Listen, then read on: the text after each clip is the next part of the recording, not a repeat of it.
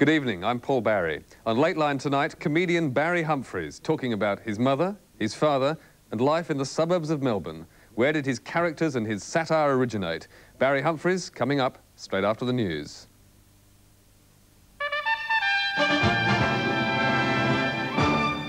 Good evening, Clive Hale with ABC Late Edition News. Thank you for joining us. Leading the news tonight, more than 200 people are missing after an Israeli 747 jet slammed into an apartment complex in Amsterdam. With 12 listed as killed, officials say it could be 4 days before the full death toll is known. Witnesses say 2 of the jet's engines were burning as it came down. The pilots reported to have attempted to dump fuel before the jet exploded among the heavily occupied buildings. Israeli radio claims the plane was carrying large amounts of highly inflammable perfume. The El Al cargo plane had just taken off from nearby Schiphol Airport. The pilot made one brief mayday call. 2 of his 4 engines were on fire. He turned back to try for an emergency landing, but instead smashed directly into a multi-storey apartment building. The 3 crew members died instantly, along with a female passenger. The jumbo disintegrated, a full load of fuel triggering explosions and fireballs, which engulfed other high-rises nearby. We live near here. We got out of the car and saw the plane flying very, very low over the houses. My husband saw it too. I said, it's going down. And I looked and boom, everywhere fire, everywhere fire. And we're still looking for my children. Up to 80 apartments were destroyed. Medics at the scene treated residents suffering from serious burns and severe shock. Daylight revealed the extent of the devastation. Ignoring the danger of falling debris, rescuers moved in to begin the gruesome task of recovering the dead. City officials say over 200 people are missing. The intensity of the fire means the search for bodies may take days. Aviation experts from Israel and Boeing are on their way to the site to try and recover the flight recorder. British popular support for the Maastricht Treaty has slumped since the collapse of British currency on money markets. An opinion poll published in the Times today shows a majority would vote against the Maastricht Treaty in a referendum, a 20% increase since a similar poll a month ago. Both the major government and the Labour Party oppose a referendum. The figures coincide with another disastrous day for sterling on money markets. The pound fell to a new record low against the mark. Despite appalling weather and fresh artillery exchanges that have killed 10 people in Sarajevo, United Nations forces are keeping open the renewed lifeline to the city. For residents, the weather threatens even greater tragedy. For Sarajevo, good news and supplies came in 2 small doses today. Firstly, 13 relief trucks arrived from the Adriatic port of Split, but it's unsure whether the new land route opened by the convoy will remain safe. The 160 tonnes of supplies won't go far, and a scarcity of diesel means there'll be problems distributing it. Heavy gunfights between Serbs and Muslims near Sarajevo airport and dangerous flying conditions failed to stop 4 relief flights. 2 Canadian and 2 American craft made it through. Their cargo, another 40 tonnes, was unloaded hastily. It included new radar equipment to keep the airport operational in poor conditions. Warnings that 400,000 people face death from the coming winter in Bosnia seem to be having little effect. Sarajevo has been without a water mains for a fortnight. People are forced to queue in the open in an area regularly shelled to get supplies from a burst pipe. Cooking is outdoors. There's no electricity. It was still a relatively warm 8 degrees today. In a few weeks, snow and sub-zero temperatures are expected. Okhane Chu-Wa is just 8 years old, but his ascension to a holy throne of Tibetan Buddhism guarantees a childhood far removed from most of his peers. The son of a Tibetan herdsman, Okhane Chu-Wa is now the 17th reincarnated living Buddha, and he's the first to receive approval from the Chinese government since 1949. A Chinese official at the ceremony said the government's stance demonstrated China's tolerance of religious freedom. Thousands of followers gathered at the monastery in Lhasa for the event. The white sect of Tibetan Buddhism dates back to the 11th century.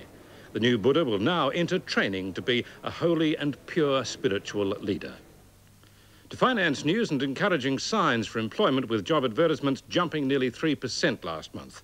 But the share market got off to a poor start to the week, dropping almost 16 points. The dollar, however, is higher. Now, a brief check of tomorrow's national weather for you. Rain developing in Adelaide, late showers expected for Hobart. It should be mainly fine in Perth and fine also in Sydney and the other capital cities. Late edition news for this Monday night. I'm Clive Hale. We're back again for you tomorrow. Until then, good night. Beautiful. Look at that.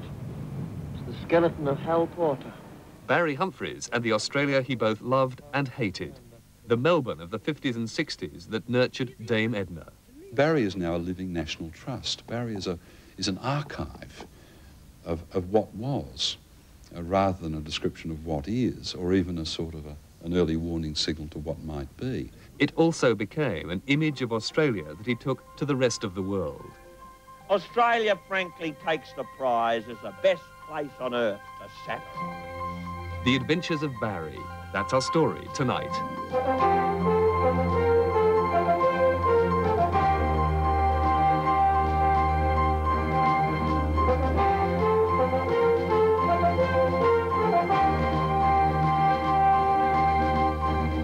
Live from Sydney, the ABC's Lateline. Here's Paul Barry. Welcome to the programme. Barry Humphries is in Australia at the moment, here to promote his autobiography. It's not the normal, shallow, glitzy showbiz biog, dripping with the names of the rich and famous. Nor perhaps does it finally unmask the real Barry Humphries. But it delves back into his past, and in particular his childhood, to tell a story that has its fair share of trouble. And it reveals enough to lay bare the source of his humour and his merciless satire of Australian life.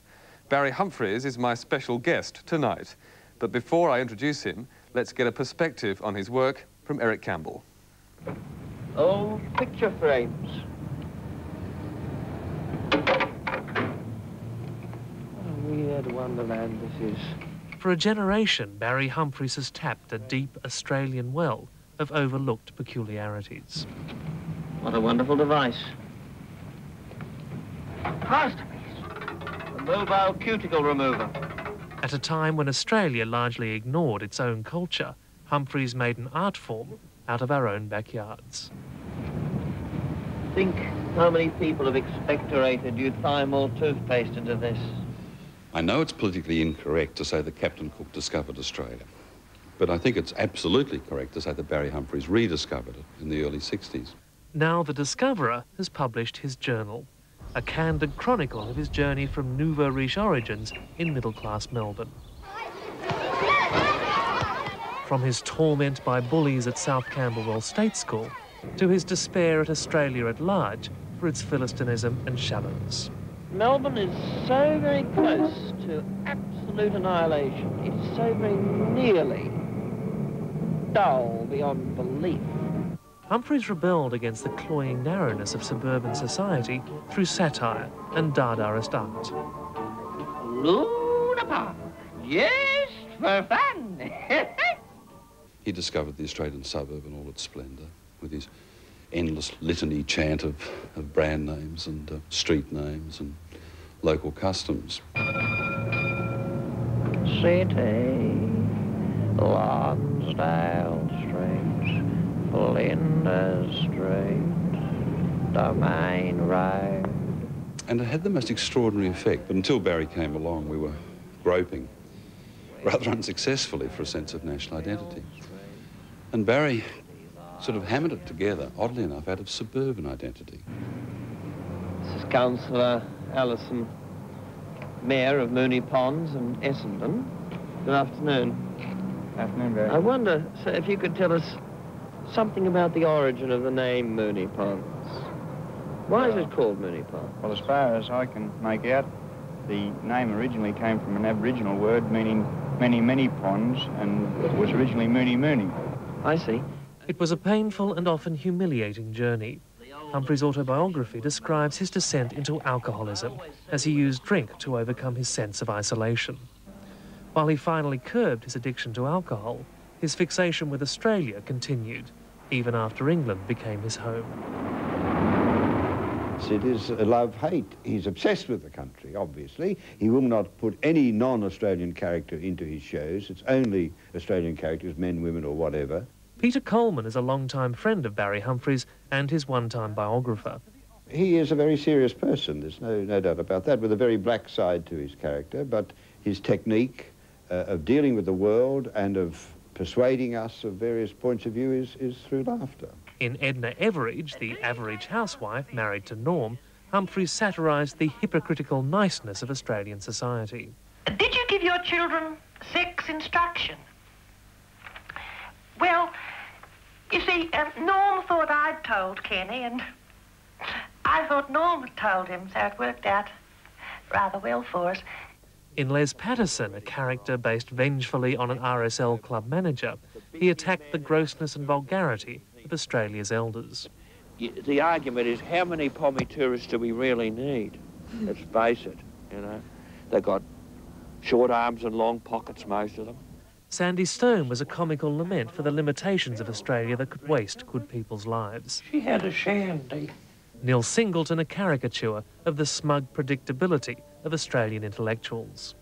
I'm getting really jack of this pathetic Humphries cult. What I think began as an exorcism by Barry, dealing with, well, almost with self-hatred to some extent, and certainly with detestation of many of the uglier aspects of our life, became a hymn of, well, of faint praise.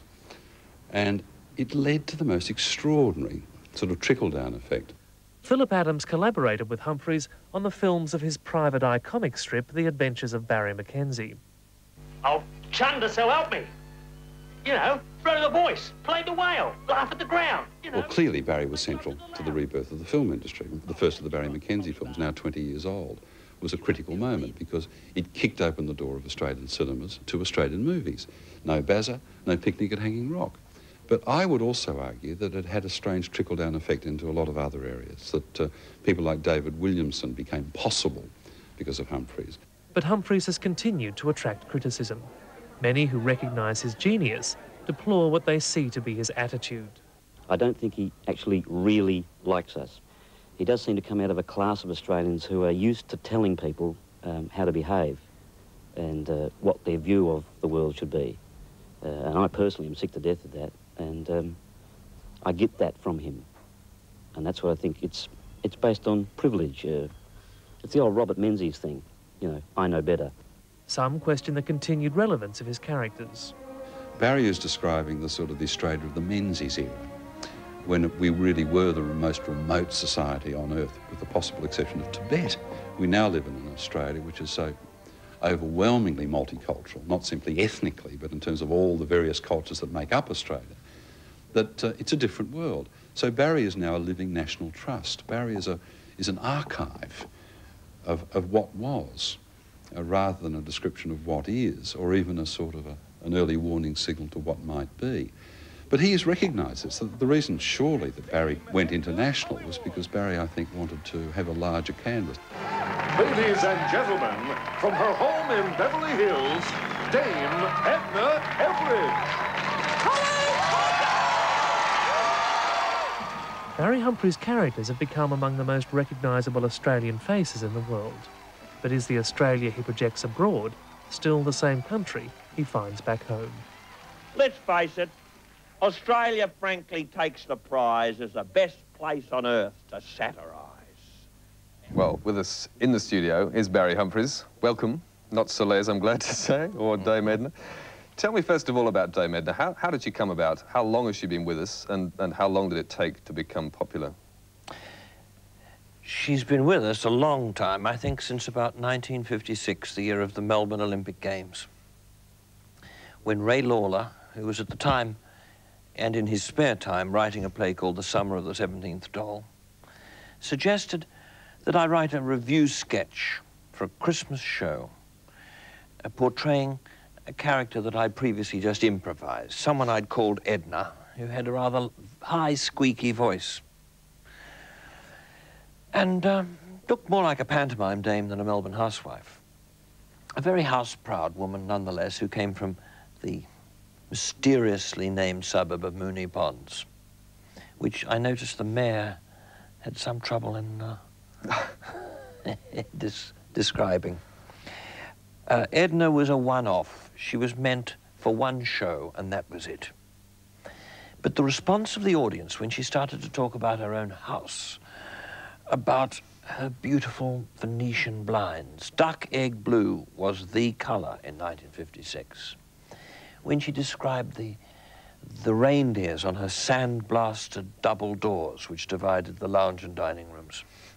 When she spoke of her little son Kenny, her daughter Valmay, her hard-working son Bruce, and her hard-working husband Norman, the audiences laughed in a new way, as far as I could tell.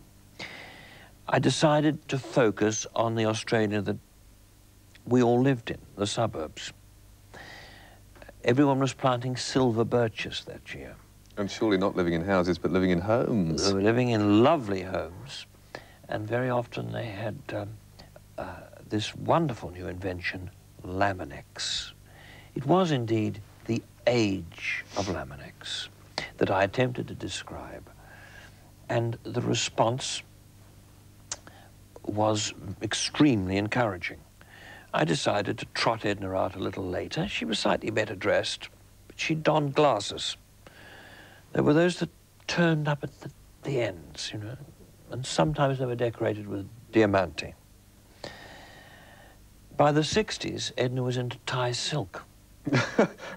That was the going thing in Australia. Tie silk was the latest thing. In fact, I once overheard a man at Bangkok airport lamenting to a friend of his. He said, "Oh, well, I've got to drag the wife away. She's getting stuck into the tie silk over there." Why the changes? I mean, is this to mirror the changing Australian women, or just your own personal taste and development of the character? It seemed to me that the character was becoming, instead of a caricature, was becoming closer and closer to reality. Also, of course, I've always rather enjoyed deliciously discomforting the audience. I want them to laugh, but I want them to wince a little too. I always think that the laughter has a greater intensity if it's close to home and close to the bone. But it must have surprised you, surely, that this monstrous creation, I mean, perhaps she's only monstrous in recent years, but this embodiment of all that you disliked in the dull old Melbourne should become so popular with the very people that you were trying to make fun of. It's very mysterious, but in a way that's how it's meant to be. At first I was wary of this. I thought, wait a minute, where have I gone wrong? They're liking this person, and I'm trying to tell them something. I'm trying to tell them, you know, not to be so bigoted, not to be so narrow-minded, not to be so smug, not to be so tasteless. Here is sanctimonious, high-minded, snobbish, old me from the Melbourne middle classes, trying to tell Australian women how to behave, trying to improve them. Based on your mother? Well, I think that the character is really a synthesis of many people that I knew in my youth. I had a vast number of aunts. They all had a vast number of friends. And the character is not specifically based on anyone in particular. There are elements of your mother in there, though, aren't there? Oh, I mean, if I may use the word, appalling snobbishness is the picture that you draw. Well, someone forgive me, you may not use that expression about my mother. Tell me about your mother. Any more than I would take the liberty of so describing your mother. No, but I wouldn't describe my mother as in the way that you have in your book. You tell a story of asking your mother whether she loved you. Can you recount that? Oh, yes, it's quite amusing. I remember when I was very young, I said to my mother, "Do you love me?" And she said, she was about to reply, and then she said, "Wait a minute, oh, well, I love my own mother, of course," she said, "and then my father." And then she thought for a minute, then she said, "Oh, and then, of course, your father. And, oh, and then you." There was a kind of hierarchical arrangement, which she obviously thought was the way it was done or felt. But nonetheless, it was very mystifying to me at the time, and not a little hurtful. It's curious, though, that you should say that you would not, supposing this had occurred between you and your mother This would not be something you'd write about? No, no, I wasn't saying that. I'm saying that that hasn't occurred between me and my brother. But it was, you must admit, an odd thing, an odd exchange. Sure, and you also say that you recounted in some detail, or you hope you got the detail correct, because you want to show the warmer side of your mother's personality. Yes, that was rather a nasty dig, wasn't it? I apologise to my mother's ghost for that. In fact, my mother was an extremely complicated and interesting woman, and I suspect, the more I think about her, that she was some kind of an artist, or she had some frustrated artistic ability. She certainly had a very interesting and sardonic sense of humour, and in that respect, I think the character of Edna was influenced by her personality. What sort of a family was it, and what sort of... I mean, there's bits in the book where you're talking about your relation between your mother and your father, and it appears to be a fairly Puritan... A family that hated talking about illness or sex or anything to do with reality. It was a very puritanical background. It was, like many Australian backgrounds, one haunted by the ghost of the Depression. The experience of the Depression was something which remained very palpably in the air in my youth, and not just in my experience, but most of my contemporaries knew about the Depression from their parents. And as in the late 30s, the rising middle classes decided to house themselves in attractive bungalows in various styles, from Spanish Mission to jazz modern to Californian bungalow. So my father, who was a building contractor and a designer of houses, accommodated them. And as a kid, I was taken from one building site to another, and I watched these suburban villas arise in bushland. Gum trees were felled, native Australian grasses were burnt off, English lawns were planted, silver birch trees were installed. No trace of Australia was apparent. We were, in a way, living in a suburb of Bournemouth. I mean, one of the strange things about that is that to some extent you have, I mean, you've gone to live in England with the birch trees and the green lawns and away from the gum trees. You've also, to some extent, adopted the style of an Englishman, I mean, in the suit and the delivery. Is there an irony in that, or not? Well, I had thought of wearing shorts and long white socks. You should have but done. It seemed inappropriate. I'd never really felt that I was anything other than an Australian.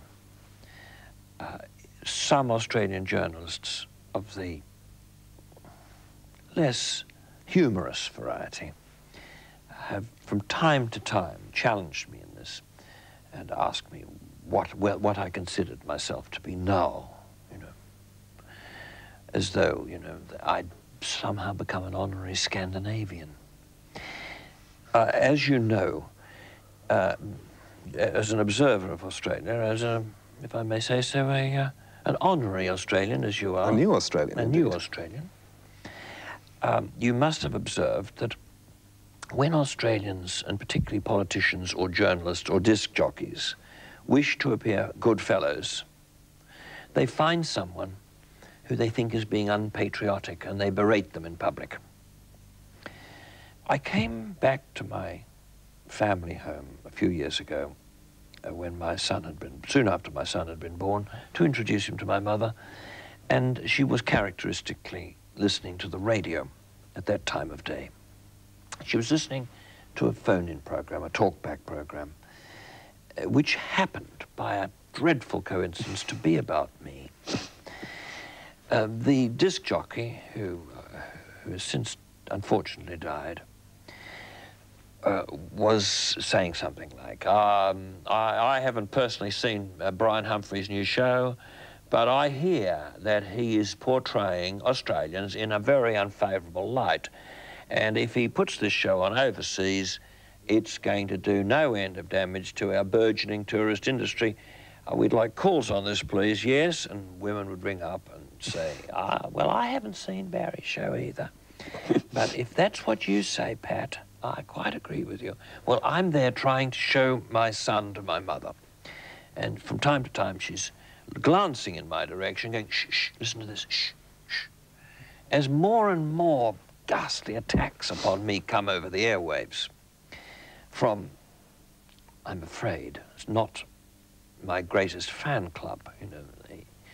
So, in the end, my mother said to me, pointing to this transistor radio, you see, Barry, she said, that's what everybody thinks of you. And I think she was, this was an expression, really, of her genuine distress. I think she was upset to hear these words spoken of her son, but at the same time, she tended to agree with them. Because it came from the radio, you know, it's an old-fashioned belief that what comes through the airwaves, either through the television screen or through the radio set, it happens to be the truth. As you know, it's not always the case. In desperation, I went into an adjacent room and telephoned the radio station using Edna's voice. I said I wanted to be put straight through to the studio, possum. My impersonation was so successful. I got straight on air. And I said, in the character of Edna, I said, I've been listening to this show, and I quite agree with you, and I quite agree with all those nice ladies phoning in, and I happen to know Barry's mother agrees with you as well. I then went back into the sitting room where my mother sat. She turned off the radio, gave me a very strange smile. An old-fashioned look. A very old-fashioned look. And then she said, now let me see my grandson. Did she ever go to your shows? Oh, she went to several of my shows early on. I hope she never arrived late. She was never late, but she's, of course, a very sorely missed person in my life. I was very, very sad not to have been in Australia when she died suddenly. And if she emerges from the pages of this book in a less than sympathetic light, I was really describing my perception of her and the other people in my life as it was at the time, you know, as I experienced these things. It's obviously not been all roses or all gladioli for you, really. Your life. No. Alcoholism, psychotherapy, 4 marriages, you know, a hard road in many ways. Why was it so difficult?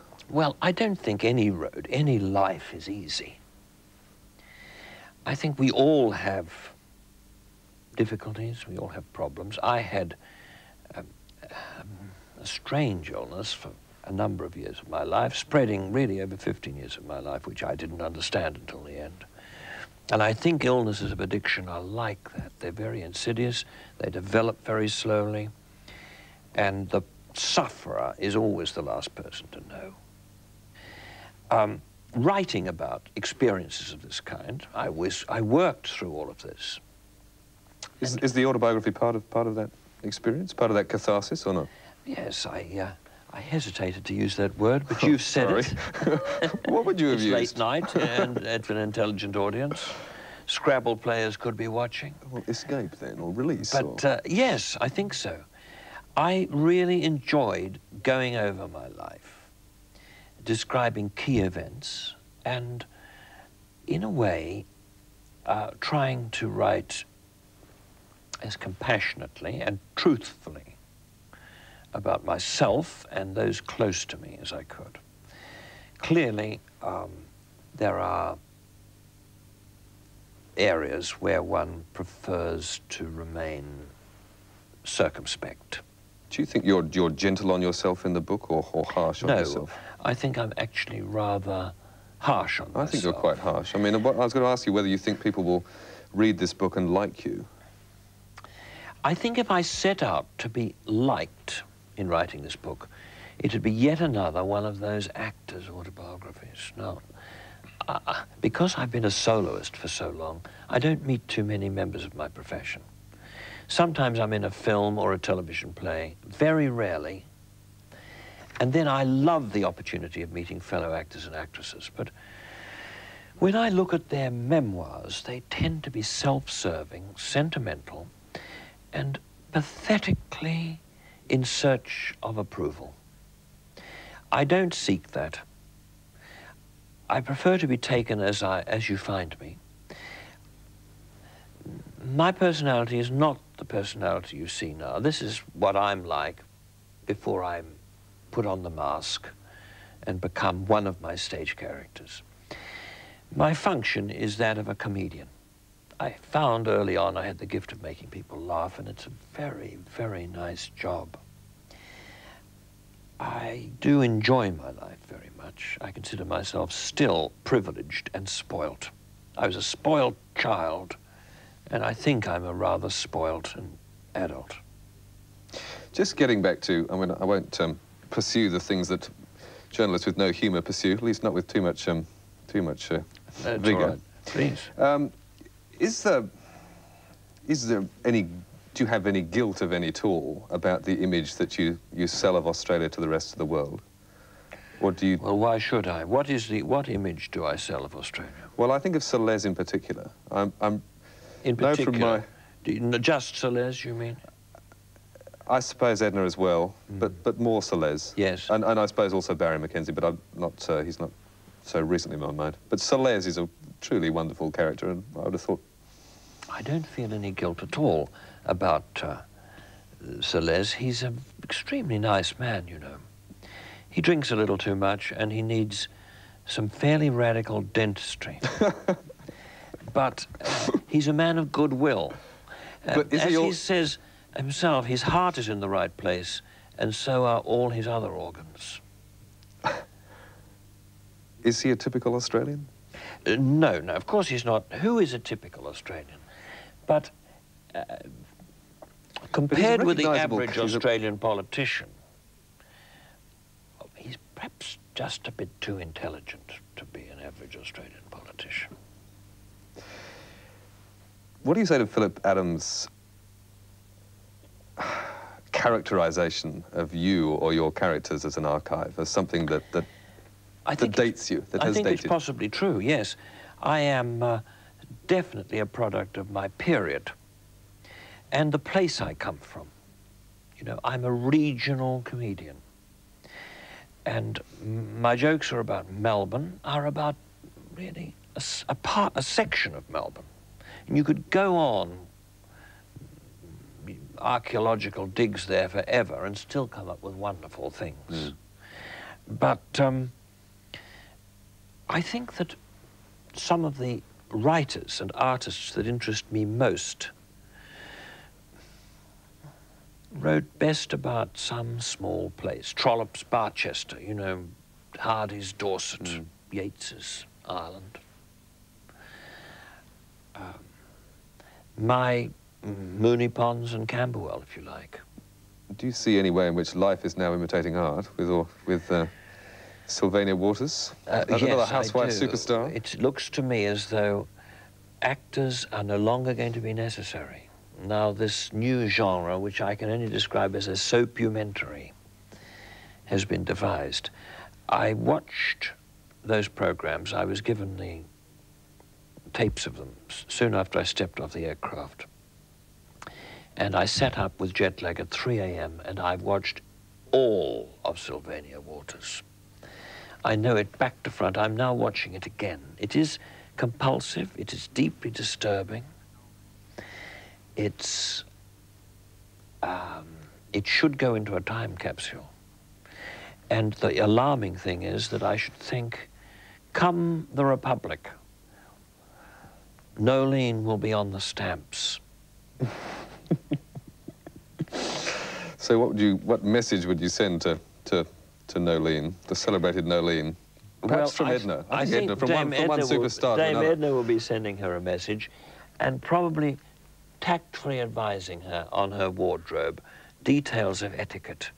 It could be that Edna will be, when she retires, only too happy to pass her gladiolus on into the eager grasp of Nolene. Thank you very much. Barry Humphries, an autobiography, More Please, on sale in your bookshops, I'm sure. Thank you. And now, let's take a look at what's making headlines in tomorrow morning's newspapers. And dominating the front pages, the inferno in Amsterdam. Sydney's Telegraph Mirror reports up to 230 apartment block residents are feared dead in the fiery crash of an Israeli 747. Melbourne's Herald Sun also leads with the Dutch disaster overshadowing Jeff Kennett's claims that the Victorian economy is in even worse shape than he'd imagined. The Financial Review also looks at Jeff Kennett and that familiar complaint of incoming premiers that the previous government left the state in financial ruin. And the Australian reports on coalition moves to hit back at Australia's car industry chiefs. John Hewson is armed with a report that claims zero tariffs will double car sales by the year 2000 and which attacks industry management. And that's all from us tonight. We'll be back again tomorrow night at 10:30. I hope you can join us then. Till then, good night.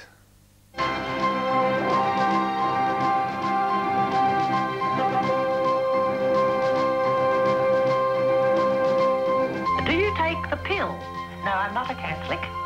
I never say no to the occasional odd glass.